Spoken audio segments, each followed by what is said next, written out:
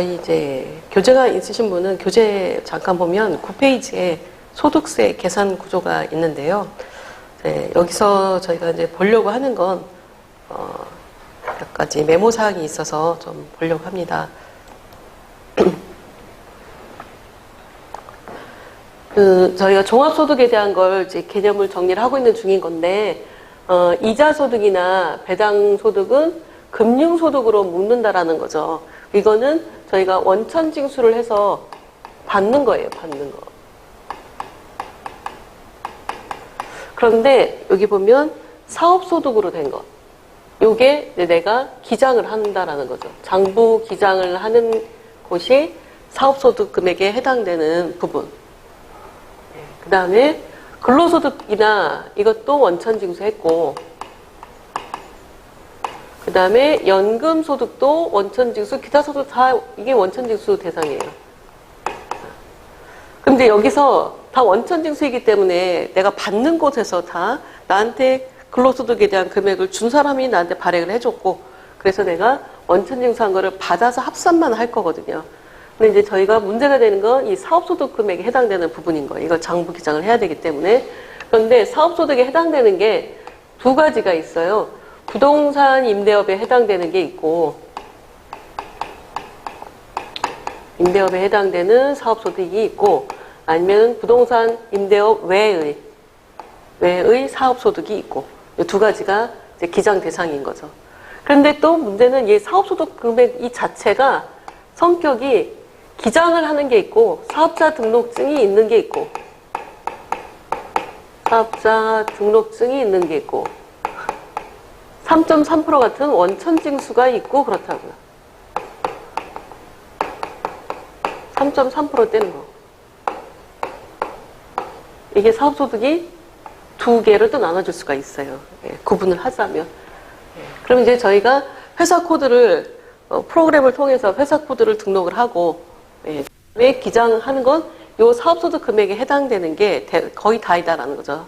사업소득 금액에 해당이 되는 거고, 이 기장을 하는 거에는 부동산 임대업이나 부동산 임대업 외의 소득에 대해서, 사업소득에 대해서 장부 기장을 한다라는 것이고, 그 다음에 이 기장의 종류에 여기에 복식부기와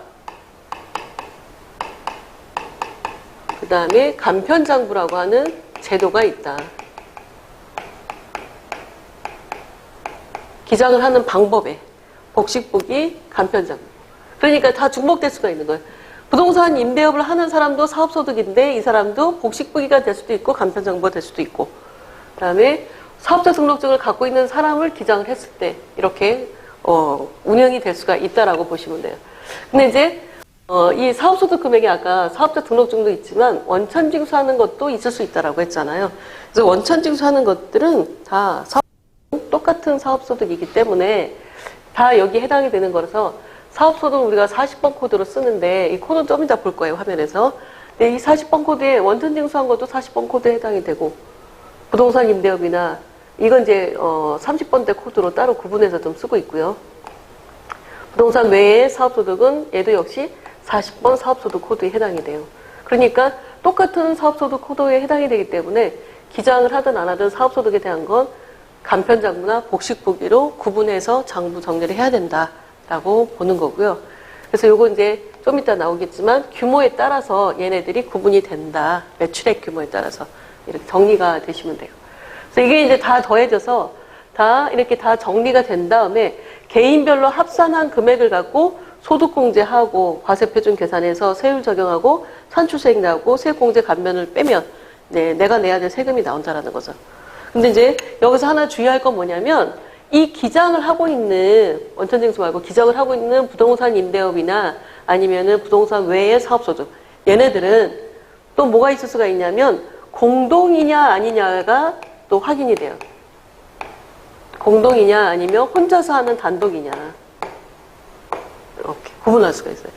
그럼 얘네들을 내가 혼자서 사업을 하는 사람이면 단독이 되는 거고, 그러면 여기서 발생한 모든 소득은 나 이기 개념이고, 공동이다 그러면 공동인 경우는 몇 명이냐, 몇 명으로 되어 있고 퍼센트가 몇 퍼센트 지분을 갖고 있느냐, 이런 게 필요한 거예요. 그러면 똑같은 부동산 임대업이나 여기 해당이 된다 하더라도 단독이면 예를 들어서 여기서 나온 소득이 1,000만 원이에요. 1,000만 원이면 1,000만 원이 나 혼자 여기서 발생하는 게 단독이면 1,000만 원 소득이 생긴 건데 공동이다라고 하면 내 지분별로 내가 5대5이다. 그러면 나는 1,000만 원이지만 500만 원만 내 소득인 거예요. 그래서 공동인 경우에는 얘가 몇 퍼센트, 몇 명으로 되어 있고 몇 퍼센트인지가 명확하게 나와줘야 돼. 그래서 얘는 사업자 등록증 낼 때부터 국세청에 신고할 때부터 이미 누구누구랑 공동을 할 것이고 계약서가 들어가야 되고 지분이 몇 퍼센트이다. 얘네들이 먼저 확인이 돼야 사업자 등록할 때도 단독이냐 공동이냐 먼저 체크를 해주거든요. 이 정보가 국세청에 이미 있어요. 있기 때문에 내 맘대로 갑자기 50%였다가 나 이번에 갑자기 80%야. 이렇게 할 수가 없는 거죠. 그래서 그런 것들인데 여기에 소득금액 계산할 때 이미 다 반영이 됐어야 된다는 거죠.